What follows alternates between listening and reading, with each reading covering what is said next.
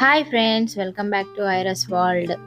అందరూ ఎలా ఉన్నారండి? అందరూ బాగున్నారా? అందరూ బాగుండాలి, అందులో మేము ఉండాలని కోరుకుంటున్నానండి. ఈరోజు నేను చేయబోయే రెసిపీ ఏంటంటే మటన్ అండి. నేను మటన్ ఏ విధంగా చేస్తానో ఈరోజైతే మీకు చూపించాలనుకుంటున్నాను. ఒక్కసారి నా స్టైల్లో మటన్ చేసి చూడండి. చాలా అంటే చాలా బాగుంటుంది. మటన్ అయితే ముందుగా 1 కేజీ తీసుకున్నానండి. ఈ మటన్ను మొత్తం ఈ విధంగా కట్ చేసుకోండి. మటన్కు ఉండే తెల్లటి పొర లాంటి పదార్థాన్ని, కొవ్వు లాంటి పదార్థాన్ని మొత్తం తీసేసి నీట్గా కట్ చేసుకోవాలండి. నేనైతే మటన్ను ఎప్పుడు చేసినా ఇదే ప్రాసెస్లో చేస్తానండి.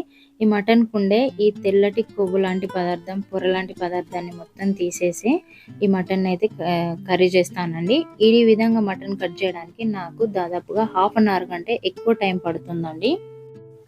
మటన్ను మనం డైలీ కూరగాయలు కట్ చేసే నైఫ్తో అయితే కట్ చేయడానికి చాలా ఇబ్బందిగా ఉంటుందండి. ఇలాంటి కత్తిపీటతో ఈజీగా కట్ చేసుకోవచ్చు. అందుకే మా ఆయన అయితే ఈ కత్తిపీటను స్పెషల్గా నా కోసం చేయించాడండి. కేవలం ఇది మటన్ కట్ చేయడానికి ఎక్కువగా యూజ్ చేస్తాను. ఈ కత్తిపీటతో ఈ మటన్కు ఉండే వేస్టేజ్ అంతా ఇలా కట్ చేసుకోవడానికి చాలా ఈజీగా ఉంటుందండి. చూడండి, మటన్ ఈ విధంగా కట్ చేసుకున్నానండి. మటన్లో ఉండే వేస్టేజ్ మొత్తం తీసేసాను. ఇలా నీట్గా కట్ చేసుకున్నాను. ఇదైతే వేస్టేజ్ అండి. ఈ వేస్టేజ్ అంతా పడేయడమే. ఇది ఉంటే హెల్త్ కూడా మంచిది కాదండి. ఇవైతే బోన్స్ అండి. వీటిని అయితే సపరేట్గా సూప్ చేస్తానని పక్కకు పెట్టానండి. మటన్ను ఈ విధంగా నీట్గా కట్ చేసుకొని వేస్టేజ్ అంతా తీసేసి మటన్ చేసుకుంటే చాలా అంటే చాలా టేస్టీగా ఉంటుందండి. ఓపిక్గా ఇలా కట్ చేసుకోవాలి, కానీ మటన్ను చాలా టేస్టీగా ఉంటుంది. ఇప్పుడు మనం కర్రీ ప్రాసెస్ చూద్దామండి. ముందుగా గ్యాస్ వెలిగించుకొని దానిపైన ఒక కుక్కర్ని పెట్టుకున్నానండి. అందులో సరిపడా ఆయిల్ పోసుకొని ఆయిల్ హీట్ అయ్యాక అందులో పచ్చిమిర్చి, స్పైసెస్ వేసుకొని దోరగా వేయించుకున్నానండి. తర్వాత వెల్లుల్లి ఆకును కూడా వేసుకున్నాను. ఆ తర్వాత కట్ చేసి పెట్టుకున్న ఉల్లిపాయ ముక్కలను వేసుకొని ఫ్రై చేసుకున్నాను. కొద్దిగా పుదీనా కూడా వేసుకొని ఫ్రై చేసుకోవాలండి. ఆ తర్వాత 2 బిర్యానీ ఆకులను కూడా వేసుకున్నాను. ఇవి అన్నీ లైట్ గోల్డెన్ బ్రౌన్ కలర్ వచ్చే వరకు వేయించుకోవాలండి.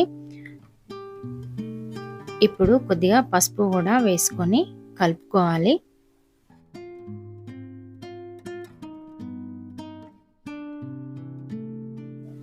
పసుపుని వేసుకొని కలుపుకున్న తర్వాత వేస్టేజ్ మొత్తం తీసేసి నీట్గా కట్ చేసుకొని కడిగి పెట్టుకున్న మటన్ను ఈ ఆయిల్లో వేసుకొని కలుపుకోవాలండి. ఈ మటన్ను ఒక 15 మినిట్స్ వరకు ఈ ఆయిల్లో ఫ్రై చేసుకోవాలి. మటన్లో ఉండే వేస్టేజ్ మొత్తం తీసేసి వండుకుంటే మన ఆరోగ్యానికి కూడా చాలా మంచిదండి. ఈ విధంగా ఒకసారి మీరు కూడా ట్రై చేసి చూడండి. నచ్చితే ఒక లైక్ చేయండి. మటన్ 15 మినిట్స్ తర్వాత ఈ విధంగా మారుతుందండి. ఆ టైంలో మనం కుక్కర్కి అయితే మూత పెట్టుకోవాలండి. ఈ కుక్కర్ మూత పెట్టుకొని ఒక 10 విజిల్స్ వచ్చే వరకు మీడియం ఫ్లేమ్లోనే ఉడికించుకోవాలండి. 10 విజిల్స్ తర్వాత మూత తీసి చూసుకోవాలండి.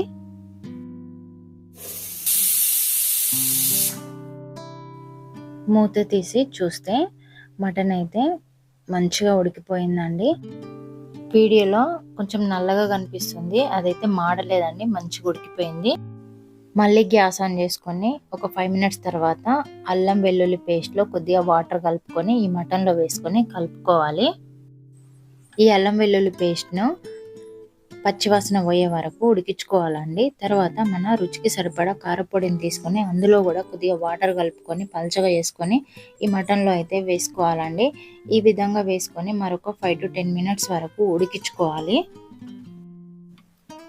కారపొడిలో వాటర్ కలుపుకొని వేసుకున్న తర్వాత ఒక 10 మినిట్స్ తర్వాత ఆయిల్ ఈ విధంగా పైకి తేలుతుంది. ఆ టైంలోనే మనం ధనియా పౌడర్ వేసుకొని కలుపుకోవాలండి. ధనియా పౌడర్ వేసుకుంటే చిక్కగా గ్రేవీ వస్తుంది. తర్వాత మనం గరం మసాలా వేసుకొని కలుపుకోవాలి. గరం మసాలా వేసుకున్న తర్వాత ఇంకా చివరగా కొత్తిమీర వేసుకొని కలుపుకోవాలండి. ఇంకా నేనైతే సాల్ట్ లాస్ట్లో యాడ్ చేశానండి. సాల్ట్ వేసి ఒక 1 మినిట్ తర్వాత ఇంకా మనం మటన్ అయితే దింపేసుకోవడమే అండి. ఇంకా మన మటన్ అయితే రెడీ అయిపోయింది.